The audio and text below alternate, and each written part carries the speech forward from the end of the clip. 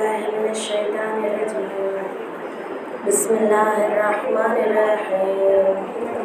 الحمد لله الذي أول بالأولين كان قبلا والآخر بالآخرين يكون بعدا الذي كسر عن رؤيته أبصار الناظرين وعجزت عن نعته أوهام الواصفين. والصلاة والسلام على أشرف الأنبياء والمرسلين حبيب إله العالمين سيدنا ونبينا مولانا أبي القاسم محمد. اللهم صل على محمد وآل محمد وعجل فرجهم سيما بقية الله في العالمين لعنة الله على أعدائهم أجمعين. بسم الله الرحمن الرحيم.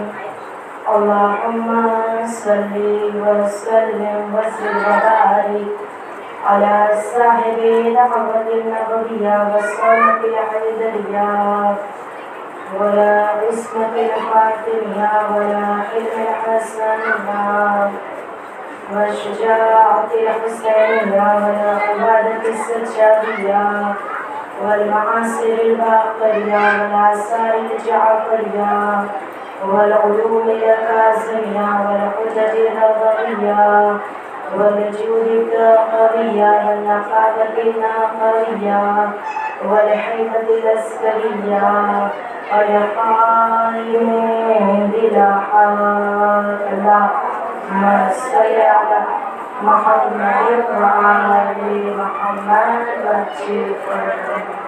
سب ساتھی کے نوجوانوں کی سلامتی دعا کریں. بسم اللہ الرحمن الرحیم. اللهم كل وليك الحجة ابن حسن صلواتك عليه وعلى آبائه في هذه الساعة وفي كل ساعة وليا وحافظا وقائدا وناصرا ودليلا وعينا حتى تسكنهم أرضك طوعا وتمتعه فيها طويلا. اللهم صل على محمد وآل محمد وعجل فرجهم. أما بعد فقد قال الله تبارك وتعالى في كتابه المجيد وفرقانه الحميد وقوله الحق. بسم الله الرحمن الرحيم. قل إن كنتم تحبون الله فاتبعوني يحببكم الله ويغفر لكم ذنوبكم والله غفور رحيم. وقد قال قل لا أسألكم عليه أجرا إلا المودة في القربى. وقد قال رسول الله صلى الله عليه وآله وسلم إن لقتل الحسين حرارة في قلوب المؤمنين لا تبردوا أبدا. حاضرین مجلس السلام علیکم ورحمۃ اللہ وبرکاتہ. وعلیکم السلام ورحمۃ اللہ وبرکاتہ. میری عزیز مہمانین نے سورہ آل عمران کی آیت نمبر 31 اور سورہ شورا کی آیت نمبر 23 اور رسول اللہ کی حدیث کو میں نے سلام کلام کے طور پہ تلاوت کرنے کا شرف حاصل کیا ہے. ارشاد رب العزت ہو رہا ہے کہ قل ان کنتم تحبون اللہ. میرے حبیب ان لوگوں سے کہہ دو جو دعوے محبت کرتے ہیں فاتبعونی. اگر تم محبت کے دعوے میں سچے ہو تو تم رسول کی اطاعت کرو. یحببکم اللہ. اگر تم رسول کی اطاعت کرو گے خدا بھی تم سے محبت کرے گا, تمہارے تمام گناہوں کو بخش دے گا. واللہ غفور رحیم. پروردگار عالم بخشنے والا انتہائی مہربان ہے. میری عزیز ماں بہنیں، اجر رسالت کے طور پہ سورہ شورا 42 نمبر کا سورہ 23 نمبر کی آیت، میرے حبیب ان لوگوں سے کہہ دو جو اجر رسالت ادا کرنا چاہتے ہیں، مجھے اجر رسالت کے طور پہ اور کچھ نہیں چاہیے علاوہ یہ کہ الا المودۃ فی القربى، میرے برابر داروں سے تو مودت کرو، محبت کرو، اور محبت اہل بیت۔ اللہ کے رسول کہتے ہیں کہ محب اہل بیت جب میدان محشر میں آئے گا، اسے ندا دی جائے گی آج تجھے کوئی پریشانی نہیں ہے، اس لیے کہ دنیا اور آخرت کی تمام بھلائی، تمام خیر، تمام خوبیاں تیرے لیے ہے، آج تجھے جنت میں داخل کیا جائے گا۔ اور پھر اس کے بعد اللہ کے رسول کہتے ہیں کہ وجہ یہ کہ محب اہل بیت میں 20 خصال پائے جاتے ہیں، 10 خصلتیں محب اہل بیت میں دنیا میں پائی جاتی ہے، اور 10 فضیلتیں محب اہل بیت کو میدان محشر میں عنایت کی جائے گی۔ ہمارا اس سال کا موضوع ہے محشر کے میدان میں محب اہل بیت کو ملنے والی فیسلٹیز، محب اہل بیت کو ملنے والی فضیلتیں، محب اہل بیت کو قیامت کے میدان میں ملنے والی خوبیاں، وہ کون کون سی خوبیاں ہیں، وہ کون کون سی فضیلتیں ہیں جو محب اہل بیت کو قیامت کے میدان میں خدا عنایت کرے گا۔ آج ہماری گفتگو 8ویں مرحلے میں داخل ہونے جا رہی ہے، لہٰذا آج ہم 8ویں خوبی، 8ویں فضیلت یا محب اہل بیت کو محشر کے میدان میں ملنے والی 8ویں فیسلٹیز کے بارے میں ہم گفتگو کریں گے۔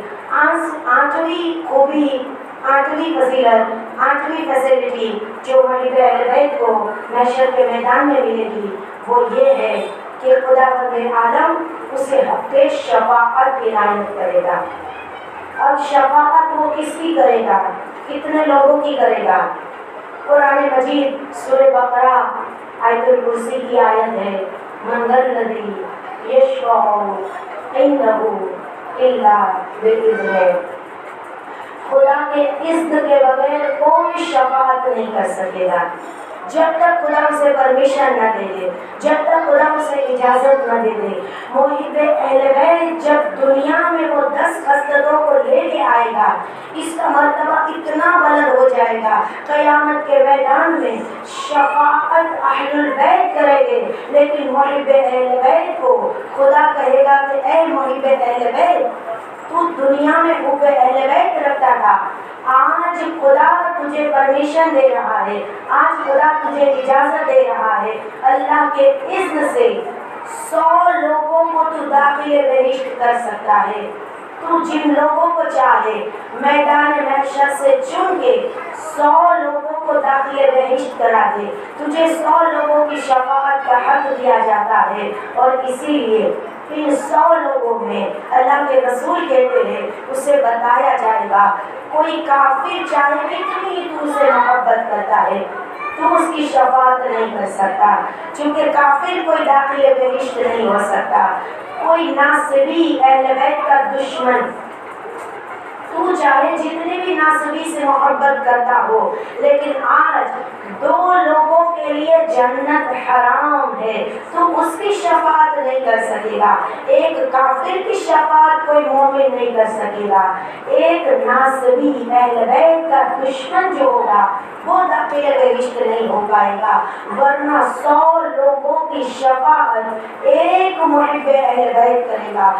اللہ کے رسول کہتے ہیں شفاعت کا حق اگر تم پانا چاہتے ہو تو 2 حدیثیں شیخ عباس قمی نے منازل الآخرہ میں جن حدیثوں کو نقل کیا ہے، اگر ہم چاہتے ہیں ہم شفاعت کے حقدار بن جائے، اگر ہمیں اہل بیت کی شفاعت مل جائے، تو اللہ کے رسول کہتے ہیں قیامت کے میدان میں جس کے نام عمل میں 4 نیکیاں ہوگی، رسول اللہ کہتے ہیں میں اس کی شفاعت کروں گا، میں اسے داخل بہشت کروں گا۔ یہ 4 فضیلتیں یا 4 خوبیاں کون کون سی ہوگی؟ اللہ کے رسول کہتے ہیں جس کے نام عمل میں پہلا عمل یہ ہوگا، اس نے میری اہل بیت اور میری آل، اہل بیت اور آل الگ الگ لفظ استعمال کیا ہے۔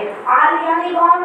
سادات کرام، دنیا میں جو رسول اللہ کی نسل سے تعلق رکھنے والے ہیں، سادات کرام جو دنیا میں زندگی گزار رہے ہیں، اللہ کے رسول کہتے ہیں جس نے سادات کی حاجت کو پوری کی قیامت کے دن میں اس کی شفاعت کروں گا۔ رسول اللہ کہتے ہیں مجھ پر واجب ہے دنیا میں اگر کسی نے سادات کی مدد کر دی۔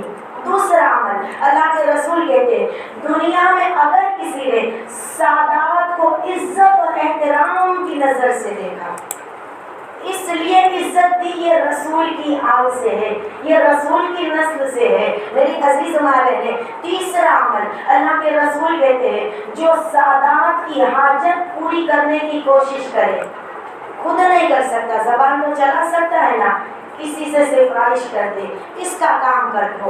تیسرا عمل اللہ کے رسول کہتے ہیں جو سادات کرام کی حاجت پوری کرنے کی کوشش کرے، اور چوتھا عمل اللہ کے رسول کہتے ہیں جو سادات کرام کو عزت اور احترام کی نظروں سے ہی صرف نہ دیکھے بلکہ سادات کرام کو عزت اور احترام کے ساتھ ساتھ اس کی کوئی بھی حاجت پوری کرے، حاجت پوری کرنے کی کوشش کرے، اس کے لیے تکلیف اور پریشانی کا سبب نہ بنے۔ رسول اللہ کہتے قیامت کے دن جو 4 عمل لے کے آئے گا، رسول کہتے میں واجب ہے میرے لیے میں اس کی شفاعت کروں۔ اس نے اگر سادات کے ساتھ یہ 4 نیکیوں کو دنیا میں انجام دیا، اور پھر اس کے بعد چھٹے امام کی ایک حدیث، چھٹے امام کہتے ہیں کہ خبردار ہماری شفاعت ان لوگوں کو نصیب نہیں ہوگی جو من استخف لصلاتنا، جو نمازوں کو ہلکا سمجھتے ہیں، انہیں ہماری شفاعت قیامت کے دن کبھی نصیب نہیں ہوگی۔ دعائے کمیل کا جو ایک جملہ ہے اللہم اغفر لی الذنوب التي تحبس الدعاء، خداوند عالم اس گناہوں کو بخش دے جو دعا کو قبول ہونے سے روک دیتے ہیں۔ چوتھے امام کہتے ہیں 8 ایسے گناہ ہیں جو دعا کے استجاب میں رکاوٹ پیدا کرتے ہیں۔ تم دعائیں مانگتے ہو، تمہاری دعائیں مستجاب نہیں ہوتی ہے۔ 8 قسم کے ایسے گناہ ہیں جو دعا کے استجاب ہونے میں رکاوٹ پیدا کرتے ہیں۔ یقیناً آج وقت نہیں ہے وہ 8 گناہ کا میں ذکر کروں، لیکن جب نماز کی بات چلی ہے تو چوتھے امام کہتے ہیں اس 8 گناہ میں ایک گناہ یہ ہے کہ تم نماز کے پڑھنے میں تاخیر کرو، اتنی تاخیر کرو کہ نماز قضا ہونے کا وقت قریب آ جائے۔ یہ وہ گناہ ہے جو تمہاری دعا کو مستجاب ہونے سے روک دیتی ہے۔ اسی لیے چھٹے امام کہتے ہیں ہماری شفاعت انہیں نصیب نہ ہوگی جو نماز کو ہلکا سمجھتے ہو۔ اور میری عزیز ماں بہنیں، اور ایک چیز ہم ہمیشہ شکایت کرتے ہیں کیا کرے دعائیں کتنی مانگے قبول نہیں ہوتی ہے، دعائیں استجاب نہیں ہوتی، دعائیں مستجاب نہیں ہوتی۔ میری عزیز ماں بہنیں، میں 8 چیزیں آج کی مجلس میں بیان نہیں کروں گی، لیکن ایک چیز جو مجھے لگتا ہے زیادہ معاشرے میں بہت پھیل گئی ہے، اس کی بہت ہمیں ضرورت ہے، اسی لیے ہماری دعائیں قبول نہیں ہوتی ہے۔ مومن کے لیے دل میں منافقت رکھنا، مومن کے لیے دل میں منافقت رکھنا، زبان سے کچھ اور ہے دل میں کچھ اور ہے۔ آج انسان ڈیول ہو گیا ہے، 2 زبان والا ہو گیا ہے، منہ پہ کچھ اور بات کرتا ہے، پیٹھ پیچھے کچھ اور بات کرتا ہے۔ چوتھے امام کہتے یہ بھی ایک وجہ ہے کہ تمہاری دعائیں مستجاب نہیں ہو رہی ہے۔ مومن ہمیشہ ایک زبان والا ہوتا ہے، وہ جو بھی بات کرتا ہے حق بات کرتا ہے، سچ بات کرتا ہے۔ مومن کبھی منافق نہیں ہوتا ہے، منافقت اور نفاق اس کے اندر کبھی نہیں آتا ہے۔ آئیے میری عزیز ماں بہنیں واپس پلٹ کے شفاعت کا حق خدا محب اہل بیت کو میدان محشر میں عنایت کرے گا، لیکن میری عزیز ماں بہنیں محب اہل بیت ہو جانا یہ کتنی بڑی خوبی ہے۔ روایت یہ کہتی ہے سید ہاشم بحرانی اپنی کتاب مدینۃ المعاجز، معجزوں کا شہر، اس میں بیان کرتے ہیں ایک دن حارث حمدانی امیر المومنین کا ایک ضعیف العمر صحابی ہے. امام کی نظر میں حارث ہمدانی کو ایک خاص مقام تھا, ایک خاص فضیلت تھی. امام کی نظر میں سب صحابی ایک نظر کے یا ایک درجے کے نہیں تھے. حارث ہمدانی کو خاص مقام حاصل تھا امیر المومنین کی نظر میں. بہت بوڑھے ہو گئے تھے, انتہائی ضعیف ہو گئے تھے, کمر جھک گئی تھی, ہاتھ میں عصا کا سہارا لیتے تھے. مولا کے پاس آئے, مولا نے پوچھا حارث کیا حال ہے تمہارے؟ حارث ہمدانی نے کہا مولا اس سے کیا پوچھتے ہو, زمانہ جسے نکل گیا ہو, یعنی بس مرنے کے قریب ہوں. مولا ضعیف ہو چکا ہوں, بہت کمزور ہو چکا ہوں. مولا نے کہا کہ بتاؤ حارث آج کیا سوال لے کے آئے ہو, کیا حال ہے تمہارے؟ کہا مولا کیا بتاؤں میں آپ کو, شیعوں کی حالت نے مجھے پریشان کر دیا ہے, آپ کے ماننے والے میں فکر مند ہو گیا ہوں. مولا کہتے ہیں میرے ماننے والوں نے تمہیں کس طرح فکر مند کر دیا ہے؟ کہا مولا الگ الگ عقیدے والے, سب کے عقیدے الگ الگ ہو گئے ہیں. مولا بہت مشکل ہے, کچھ لوگ انتہا سے زیادہ آپ کو بڑھا دیتے ہیں, کچھ لوگ آپ کو حد سے زیادہ گھٹا دیتے ہیں. مولا فیصلہ کیسے کرے, کون حق راستے پر ہے, کون صحیح راستے پر ہے؟ مولا نے کہا اے حارث لوگوں کو دیکھ کے کبھی فیصلہ نہ کرنا حق اور باطل کا. حق کو پہچانو, اہل حق تک پہنچ جاؤ گے, باطل کو پہچانو, اہل باطل تک پہنچ جاؤ گے. لوگوں کو دیکھ کے کبھی فیصلہ نہ کرنا, یہ بڑا عقل مند ہے, یہ کبھی باطل راستے پر نہیں جا سکتا. تم لوگوں کی سوچ کو نہیں سمجھ سکتے, لوگ کس سوچ پر اپنے آپ کو بیچ رہے ہیں. کسی کا کرائٹیریا عزت ہوتی ہے, کسی کا کرائٹیریا مال و دولت ہوتی ہے, کسی کا کرائٹیریا اچھا گھر ہوتا ہے. تم کبھی لوگوں کو دیکھ کے فیصلہ نہ کرنا, یہ کبھی باطل پہ نہیں ہو سکتا. مولا نے کہا حق کو دیکھو, اہل حق تک پہنچ جاؤ گے, باطل کو دیکھو, باطل تک پہنچ جاؤ گے. پھر ایک لمبی گفتگو امیر المومنین اور حارث ہمدانی کے درمیان. وقت نہیں ہے میں یہ پوری گفتگو کو آپ کی خدمت میں بیان کروں, لیکن بڑی دلچسپ گفتگو ہے. مولا نے حارث ہمدانی کو اتنی اچھی بات بتائی, واضح کر دیا کون حق پہ ہے کون باطل پہ ہے. مولا نے حق کا کرائٹیریا بتا دیا, کون حق ہے کون باطل ہے. حق کو پہچانو, حق تک پہنچ جاؤ گے, باطل کو پہچانو, باطل تک تم پہنچ جاؤ گے. کبھی اہل حق کے ذریعے سے تم حق کو پہچاننے کی کوشش نہ کرنا. پھر امیر المؤمنین کہتے ہیں اے حارث ہمدانی جانتے ہو میں کون ہوں؟ میں رسول اللہ کا وہ سب سے پہلا مصدق ہوں, تصدیق کرنے والا. مجھ سے پہلے کسی نے رسول اللہ پر ایمان نہیں لایا, کسی نے رسول اللہ کی تصدیق نہیں کی. اے حارث ہمدانی میں اس وقت بھی رسول پر ایمان لایا تھا. اللہ کے رسول کیا کہتے ہیں, انا نبیو آدم بین الماء والطین. میں اس وقت نبی تھا جب آدم مٹی اور پانی کے درمیان تھے. یہاں پہ علی کہتے ہیں میں اس وقت علی تھا جب آدم مٹی اور پانی کے درمیان تھے. میں نے اس وقت رسول اللہ کی رسالت کی تصدیق کی. اے حارث ہمدانی جانتے ہو علی کون ہے؟ علی اول ہے, علی آخر ہے, علی ظاہر ہے, علی باطن ہے, علی زندہ کرنے والا ہے, علی موت دینے والا ہے, علی بارش کو برسانے والا ہے. مولا نے جب اپنے فضائل بیان کیے پھر کہا اے حارث ہمدانی سنو, ہر مرنے والا مجھے 3 مقامات پر دیکھے گا. سب سے پہلا موت کا مرحلہ ہے, دوسرا مرحلہ صراط کا ہے, تیسرا مرحلہ تقسیم کا ہے. حارث ہمدانی نے کہا مولا موت تو میرے سمجھ میں آ گئی, صراط تو میرے سمجھ میں آ گئی.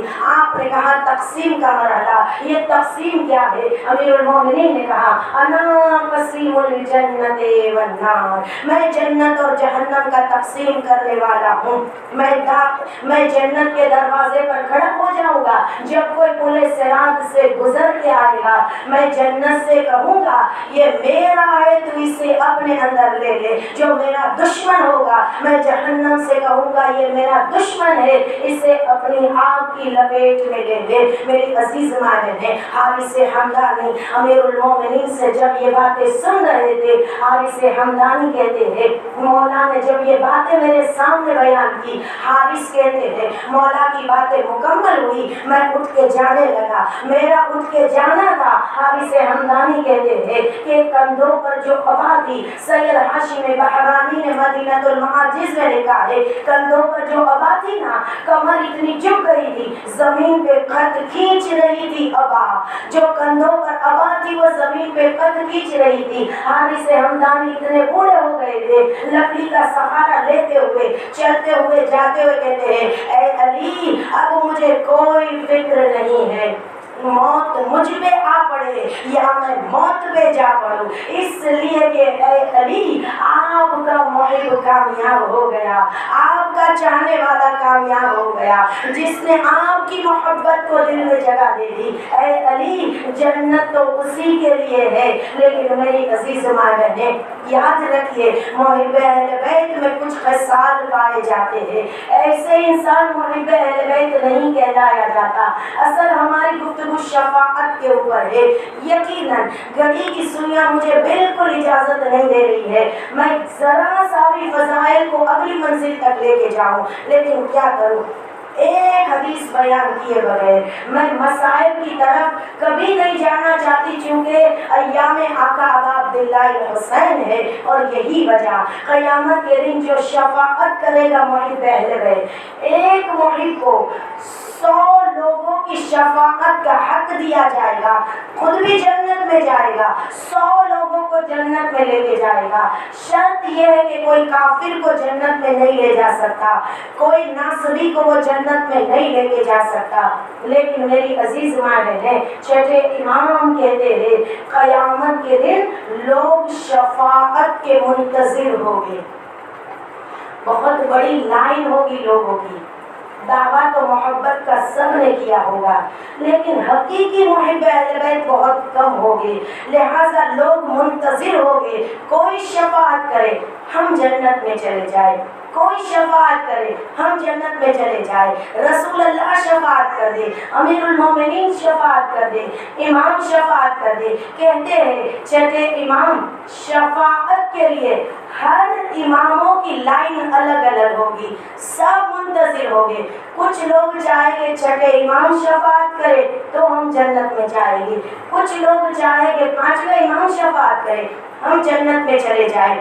لیکن چھٹے امام کہتے ہیں شفاعت کا دائرہ جس کا سب سے زیادہ وسیع ہوگا وہ امام حسین ہوگے، آقا ابا عبداللہ الحسین ہوگے، اس لیے کہ شفاعت کی 1000 لائن ہوگی، 1000 لائن ہوگی، سب چاہے کہ جنت میں چلے جائے شفاعت ہو جائے، لیکن چھٹے امام کہتے ہیں ہم 11 امام مل کے ایک لائن کی شفاعت کریں گے، لیکن ہمارے جد حسین 999 صفوں کی شفاعت کریں گے، اور حسین جس کی شفاعت کریں گے بہت جلدی جلدی انہیں داخل بہشت کیا جائے گا۔ یہ کون سے لوگ ہوں گے؟ کہتے ہیں کہ بہت بڑے عالم نے خواب دیکھا، میدان محشر ہے اور امام حسین کی جو لائن ہے بہت جلدی جلدی لوگ جنت میں جا رہے ہیں۔ عالم نے کہا میں نے بھی سوچا اس لائن میں تو بہت دیر لگتی ہے، چلو مولا حسین کی صف میں چلے جاتے ہیں، جلدی باری آ جائے۔ فرشتوں نے کہا آپ اپنی صف کو نہیں چھوڑ سکتے، کہا کیوں نہیں، میں مولا حسین کی صف میں جانا چاہتا ہوں۔ کہا جانتے ہو یہ صف کس کی ہے؟ فرشتہ کہتے ہیں جانتے ہو یہ سب کس کی ہے؟ یہ مجلس عزا میں شرکت کرنے والے مصائب سید الشہداء پڑھنے والوں کی صف ہے۔ یہ مولا صلی اللہ محمد مولا کے مسائل پڑھنے والے، مولا کی مجلسوں میں شرکت کرنے والے 999 صفوں کی شفاعت اکیلے آقا ابا عبداللہ الحسین کریں گے۔ اسی لیے معصوم نے تاکید کی ہے اپنی نمازوں کی قنوت میں اس دعا کو ضرور پڑھو۔ کون سی دعا؟ اللہم ارزقنا فی الدنیا زیارت الحسین وفی الآخرت شفاعت الحسین. یہ پوری دعا ہے اور لاسٹ جملہ ہے اللہم ادخلنا بباب الحسین. معبود قیامت کے دن تو مجھے مولا حسین کے دروازے سے بہشت میں داخل فرما. بہت تاکید معصوم کہتے اس دعا کو اپنی نماز کی قنوت میں پڑھو تاکہ قیامت کے دن تم مولا حسین کی شفاعت کے حقدار بن جاؤ. تمہیں مولا حسین کے دروازے سے بہشت میں داخل ہونا نصیب ہو جائے. میری عزیز ماں بہنیں، یہ وہی مولا حسین ہے کہ آج 8 محرم کی تاریخ ہے. انسان کو بیدار تو وہ لینے دو، ہر قوم پکارے گی ہمارے ہے حسین. اتنا وسیع ہے امام حسین کا سفینہ. ان الحسین مصباح الہدی وسفینۃ النجات. امام ہدایت کا چراغ بھی ہے، نجات کی کشتی بھی ہے. ایسی نجات کی کشتی ہے، سوار ہونے والے اپنے تو اپنے غیر بھی ہے. اس کشتی میں سوار ہونے والے مشرک بھی ہے، اس کشتی میں سوار ہونے والے غیر مذہب کے لوگ بھی ہے جو چاہتے ہیں امام حسین کے ذریعے سے. کچھ لوگ ہیں جو اپنی دنیاوی حاجتوں کے لیے امام حسین سے توسل کرتے ہیں، اور آپ دیکھیے کتنے ایسے لوگ ہیں جو یہ کہتے ہیں ہماری حاجتیں امام حسین کے وسیلے سے اتنی جلدی پوری ہوتی ہیں، اتنی جلدی پوری ہوتی ہیں. پاکستان میں جب جلوس نکلا تھا، ایک ہندو عورت علامہ ذیشان حیدر جوادی کی روح کو یہ واقعہ نقل کرتے ہوئے وہ اس واقعے کو بہت اپنی مجلس میں پڑھتے تھے، اور میں بہت مختصر کر دوں، وقت نہیں ہے. ایک ہندو عورت جس زمانے میں پاکستان میں لاہور سے یہ جلوس نکلنے والا تھا، تو علامہ ذیشان حیدر جوادی لکھتے پولیس سیکیورٹی اجازت نہیں دے رہی تھی جلوس نکالنے کی، اس لیے کہ خطرہ تھا، کبھی بم بلاسٹ ہو سکتا ہے، کبھی عزادار مر سکتے ہیں. حسینیوں نے کہا پولیس سے جان ہماری جاتی ہے، ہم جان دینے کے لیے تیار ہے، جلوس ضرور نکلے گا. مولا کے جلوس میں سب نے شرکت کی. سب جانتے تھے پولیس کو پتا تھا بم بلاسٹ کسی بھی وقت ہو سکتا ہے. عزاداروں نے کہا نہیں، پھر بھی ہم جلوس میں شرکت کریں گے. یہی تو ہے نا مولا، یہ ایک جان ہے. خدا 1000 جانوں کو دیتا نا، وہ بھی قربان کر دیتے. یہ تو ایک جان ہے، آپ کے صدقے میں تو ملی ہے. ایسے حسینی عزادار ہے. جب جلوس نکلا چاروں طرف سیکیورٹی ہے. ایک ہندو عورت چھوٹے سے بچے کو لے کے آتی ہے. پولیس کہتے اماں ادھر نہ جانا، سینہ زنی ہو رہی ہے. لوگ جو ماتمی ہے نا وہ کما سے ماتم کرے، جنجیر سے ماتم کرے. عورت کہتی ہے پولیس سے ایک کام کرے بھائی، بس مجھے اور کچھ کام نہیں، منت اتارنی ہے. کیا منت اتارنی؟ کہا مجھے گھوڑے تک پہنچا دو. گھوڑے کے پیر تھے نا، ایک دودھ کا گلاس جام لے کے آئی، گھوڑے کے پیروں کو دودھ سے دھلایا.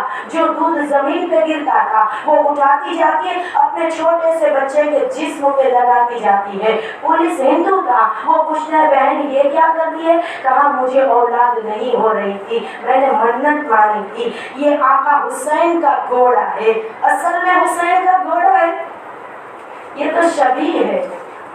میں نے کہا تھا اے حسین کے گھوڑے، اگر خدا مجھے اولاد دے گا حسین کے صدقے میں، آئندہ سال آئے گا تو تیرے پیروں کو دودھ سے دھلاؤں گی. منت پوری کرنے کا وقت آ گیا، مجھے اولاد ملی ہے امام حسین کے صدقے میں. اچھا گھوڑے کے پیروں کو دھلایا، یہ دودھ کو بچے کے جسم پہ کیوں ملتی جاتی ہے؟ کہتی ہے میرے بچے کو لمبی زندگی ملے. گھوڑے کے پیروں سے جو دودھ مس ہو کے زمین پہ گرتا ہے نا، میرے بچے کو صحت ملے، لمبی زندگی ملے. میرے عزیز ماں بہنیں، مولا کے نام سے جو چیزیں منسوب ہو جاتی ہے خدا اس میں شفا رکھ دیتا ہے. تو مجھے دل پہ ہاتھ رکھ کے بتانا، جو علمدار کے نام سے منسوب علم ہو جائے، اس علم کے فریرے کو پکڑ کے اگر کوئی ماں دعا کرے، ہو ہی نہیں سکتا سکتا، اس لیے کہ جس عباس کو ہم کہتے ہیں یا کاشف الکرب عن وجہ الحسین علیہ السلام، اکشف کربی بحق عقیق الحسین علیہ السلام، رونے والی مائیں بہنیں، امام حسین کے یہ وہ بھائی ہے کہ جس پر حسین کو بڑا ناز تھا، اور اسی لیے جب اکبر کا لاشا اٹھانے میرے مولا جا رہے تھے نا، دشمن کہتے حسین تیرا عباس کہاں ہے؟ سب جانتے ہیں امام کو عباس پہ بڑا بھروسہ ہے، حضرت عباس کے نام کے تانے نہ صرف دشمنوں نے امام حسین کو دیے، بلکہ جب ابن زیاد کے دربار میں جناب زینب لائی گئی ہے نا، ابن زیاد کہتا ہے زینب تیرا عباس کہاں ہے؟ تجھے جس پر بڑا ناز تھا تیرا غازی کہاں ہے؟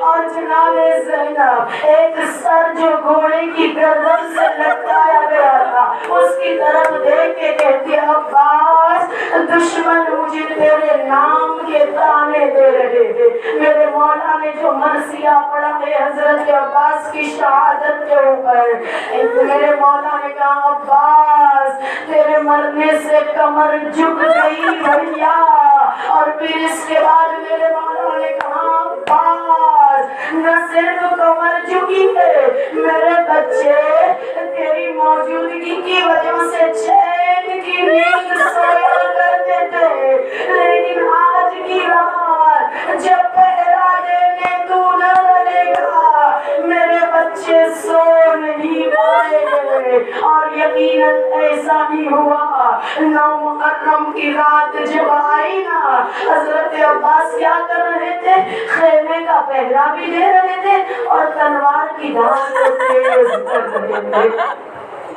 حسین نے جب یہ منظر دیکھا نا رو پڑے، عباس کل تلوار چلانے کی تمہیں اجازت ملے گی؟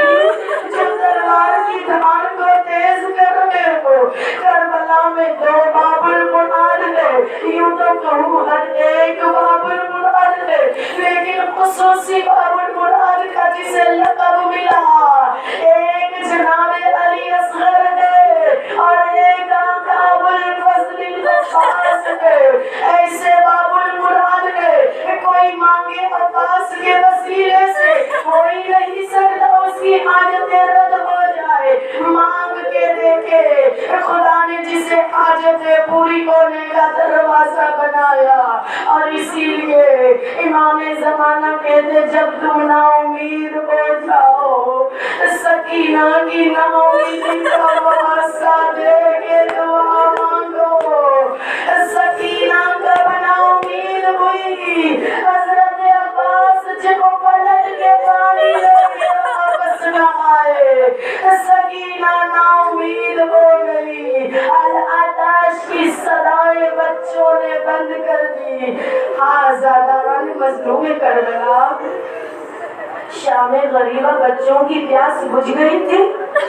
نہیں عزادارو، حضرت عباس کی شہادت کے بعد بچوں کی آس ٹوٹ گئی تھی، بچوں نے ہائے پیاس کہنا چھوڑ دیا، اب چچا بھی نہر کے کنارے سو گئے، چچا کے بھی بازو ختم ہو گئے، اب بچوں کے لیے پانی کی سبیل کا کون انتظام کرے گا؟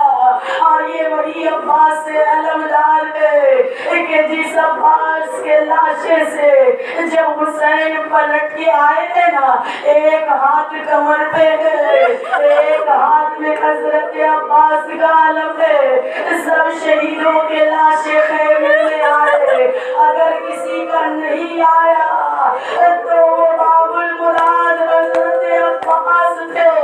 وصیت کی تھی آقا میرے لاشے کو خیمے میں نہ لے کے جانا، میں وعدہ کر کے آیا ہوں، سکینہ سے وعدہ کر کے آیا ہوں بیٹی پانی ضرور لے کے آؤں گا، مولا سکینہ سے کیسے نظریں ملاؤں، شرم آتی ہے، میری میت کو خیمے میں لے کے نہ جانا۔ امام کا ایک ہاتھ کمر پہ ہے، دوسرے ہاتھ میں علم ہے، برابر کے بھائی کا دام کمر کو توڑ دیتا ہے۔